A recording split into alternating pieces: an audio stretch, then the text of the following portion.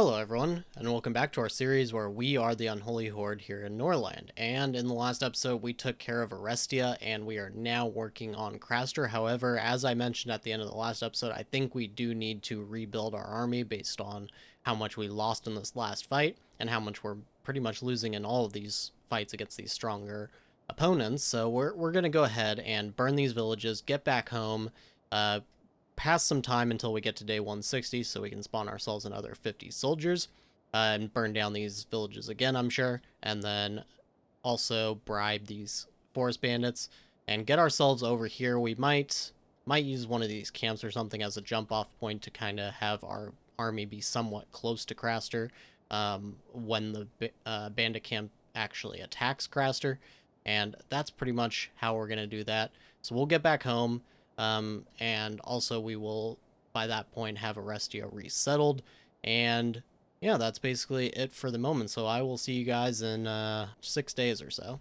Okay, so I am back a little bit early just because there are bandits attacking Nehemiah. Craster is uprising against Nehemiah, and Nehemiah is now attacking Craster. So 36 in Craster's village. Nehemiah has 29 here. They are quite strong, however. And yeah, of course, those bandits didn't do too much to Nehemiah, but we will see what happens here with Craster. Okay, so it seems that Craster's rebellion did not work out. I'm not really too sure why, because Nehemiah completely died on them. Completely. In fact, I'm going to go ahead and just send an attack here. I highly doubt we can make it before they rebuild and everything, but it's worth a shot anyways. So we'll send Serrano. Pretty much got all of our warriors healed as well, which is quite nice. Go here, and 95%, of course, but there's almost no chance that we make it back in time. And otherwise, Craster, yeah, I don't really know why that vassal uprising did not succeed, because Nehemiah's whole squad got wiped out, and Craster still has troops, so I feel like they should have won, but I guess somehow they did not. So either way, Craster has survived. Or rather, Nehemiah has survived with their vassal intact, but hopefully we can now take out Nehemiah. That would actually be quite interesting. Okay, so it looks like we are making it to Nehemiah in time before they manage to rebuild. They have 15 soldiers, and most of them, I think, are crossbowmen. It kind of disappeared part of their tower troops, but I believe all those were crossbowmen as well. So this is pretty worrisome. Crossbows do a ton of damage, but if we can get through these walls and get over and take out Grillet's squad there, I think the rest of this will be relatively easy. Unfortunately, I can't tell if Serrano's not listening or if he's just being slow. It looks like maybe he's just being slow, but I'm not going to risk it. I'm going to focus on his squad here. There we go. Okay, he is involved. Let's see. We're going to have to wait for these walls to finish burning, and then we'll rush on in. Okay, so let's go ahead and run in now. With the walls just about finished burning, it looks like this squad is still going, but only 8 soldiers left. That's a little worrisome. And it doesn't even look like they're going to make it over to Grillet. Not really listening. Okay, they are dead. They were basically just meat shields, and Serrano died. Oh no. I don't know if we can take out the towers now in time before the rest of us die.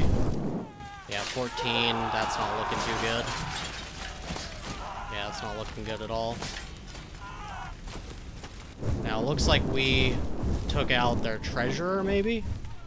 Yeah, so this kind of works out in that sense, because even if we lose here, then at least they do have the army reduction. It does not look like we're going to be able to burn this tower down in time. Oh, man, they are... Yep, there it is.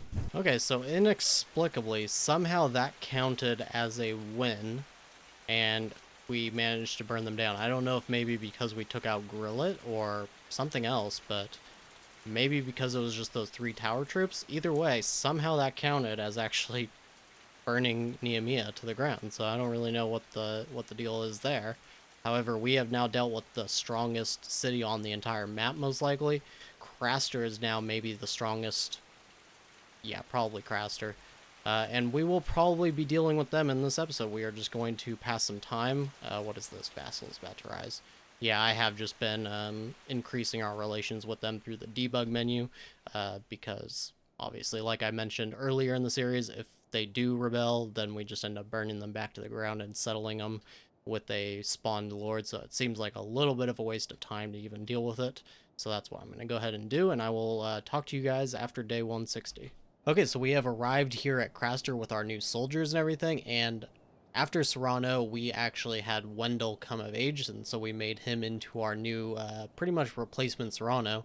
However, I decided not to actually use him in our squad because we have 3 commanders anyways, so there's no real need to put him in danger, especially with the fact that we are down to our last 3 lords here. But either way, let's get on into Craster, and they have, looks like, 20 in total. They decided to reinforce Salamut, so that was not too useful for them, and they got attacked by these bandits, so they are pretty knocked down, although not nearly as much as I would like, but I think we can make this work for sure. So let's go ahead. 31 and 20 for some reason. I don't know why that's one squad right there, and this one is 2 combined, I think, but either way, I'm not going to worry too much about that. I'm not sure why the squad is so slow and why there is somebody with a dagger either. I know I equipped them with axes. As you can see, this squad is doing the thing where they do not want to actually listen and help burn down the walls. Look at that, they're just running in circles. I may have to back out if this gets us killed. I feel like things like that are not, you know, not something that we should allow to really happen if they just refuse to actually listen and do their squad commands, but it may not actually end up mattering. Alright, so let's rush in now. Radomir here should have a really bad day ahead of him, and they do have some crossbows. I think that's actually most of what they have here is crossbows. Alright, and Radomir is not dead, but he is knocked out. And now we have 31 to take care of these 9 tower troops. That should be no problem at all. Burn down this first one. And attack them. They are snails. That is actually a funny banner that I never really noticed that they had. Oh no, they're under the fire. Get out of the fire, guys. Oh no, if we die just because they decided to let themselves be burnt to death, that would be terrible. Look at that, 12 of them died just to that. That's crazy. Okay, well, not very survival based warriors, I suppose. They don't really care if they live or die. As long as they advance the Unholy Horde and their goals, the rest of it does not matter. So, that is that.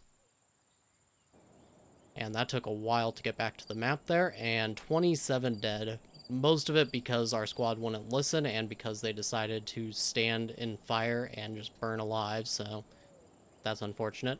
Either way, we're going to get back home. We'll settle Craster here, and then we will see what's going on with this city, but I think Salamut is probably going to be our next goal.